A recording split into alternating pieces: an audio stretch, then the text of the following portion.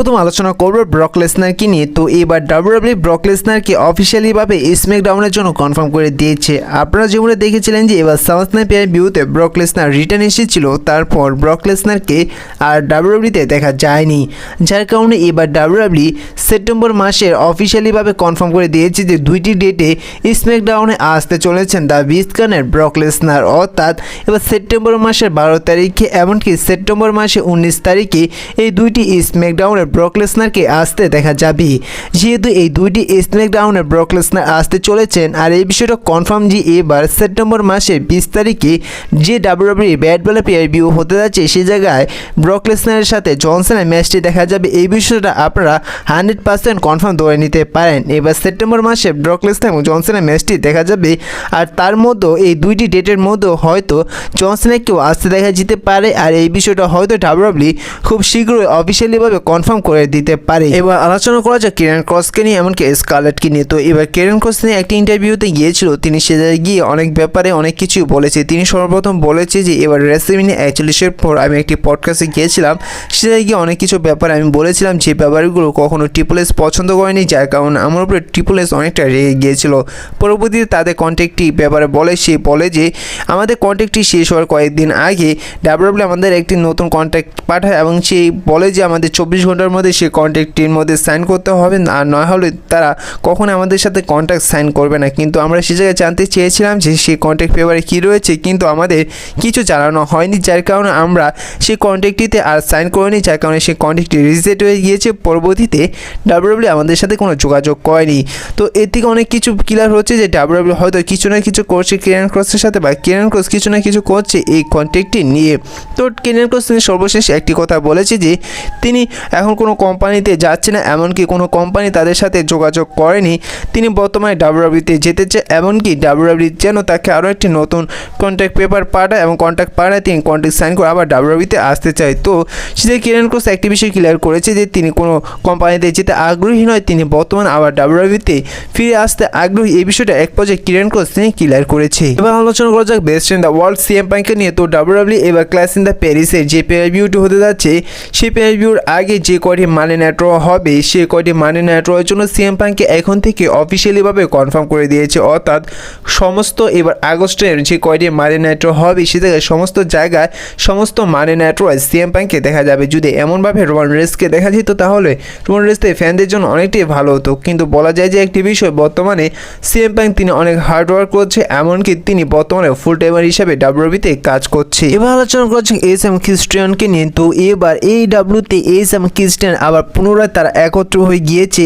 এরা যখন একত্র হয়েছে এর আগে কিন্তু এরা একে অপরের অপোনেন্ট ছিল, এরা একে অপরের দুশ্মন ছিল, কিন্তু বর্তমানে এস এবং ক্রিস্টিয়ান তারা একত্র হয়ে গিয়েছে।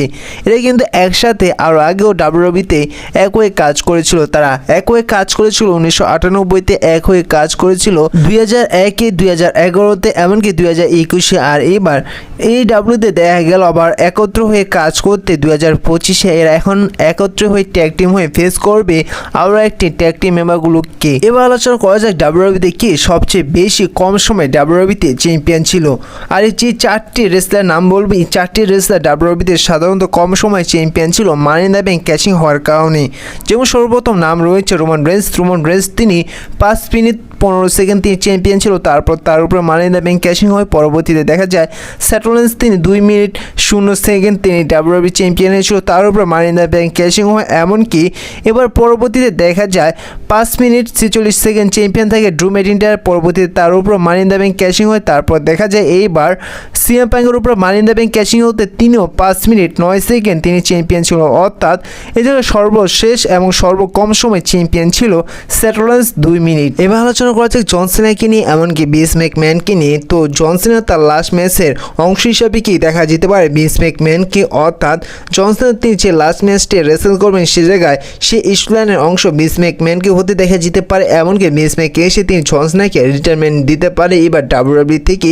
তো তেমনটাই জানা যাচ্ছে। তো আপনারা যেমনটা জানেন যে এবার জন সিনা তিনি ডাব্লিউডাব্লিউ থেকে রিটায়ারমেন্ট নিবে এবার ডিসেম্বর মাসে, এমনকি ডাব্লিউডাব্লিউ তার একসময় কনফার্ম করে দিয়েছে যে তার ডিসেম্বর মাসে 20 তারিখে একটি Saturday night main event live show অনুষ্ঠিত করছে, সে জায়গায় জন সিনাকে তার লাস্ট ম্যাচ রেসেল করতে দেখা যাবে। কিন্তু বর্তমানে ডাব্লিউডাব্লিউ সেই ডেটটি পরিবর্তন করে দিয়েছে, এমনকি ডাব্লিউডাব্লিউ কনফার্ম করে দিয়েছে 27শে ডিসেম্বরে যে একটি লাইভ শো হবে স্যাটারডে নাইট মেইন ইভেন্টে, সে জায়গায় জন সিনাকে দেখা যাবে। এমনকি রিপোর্ট থেকে জানা যাচ্ছে যে সে জায়গায় বিস ম্যাকম্যানকে দেখা যেতে পারে।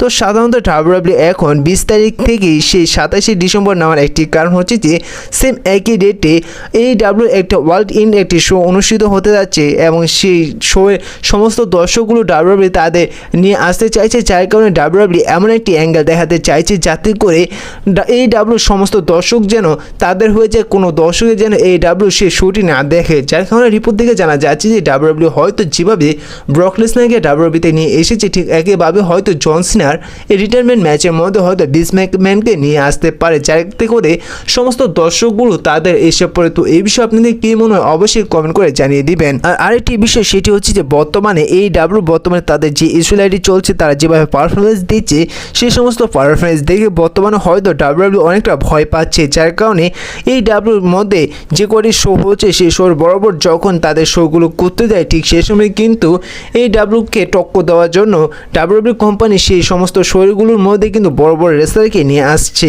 বলা যায় যে বর্তমানে বড় বড় টক্কর দিয়েছে ডাব্লিউডাব্লিউ কোম্পানিকে।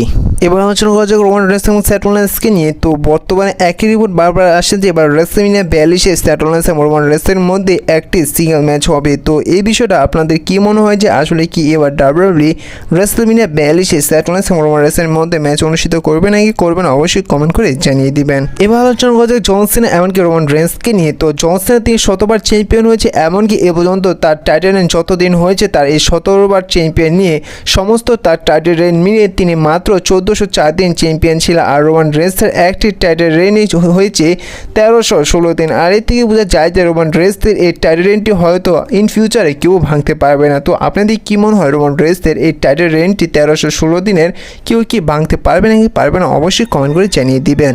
আর আজকের এই ভিডিওটা এই পর্যন্তই ছিল, দেখা হচ্ছে পরবর্তী ভিডিওতে নতুন কোনো আপডেট নিয়ে। ভিডিওটি ভালো লাগলে অবশ্যই লাইক করে দিবেন, ছোটো রেসলিং চ্যানেলে নতুন থাকলে চ্যানেলটি সাবস্ক্রাইব করে দিবেন। দেখা হচ্ছে নেক্সট ভিডিওটিতে।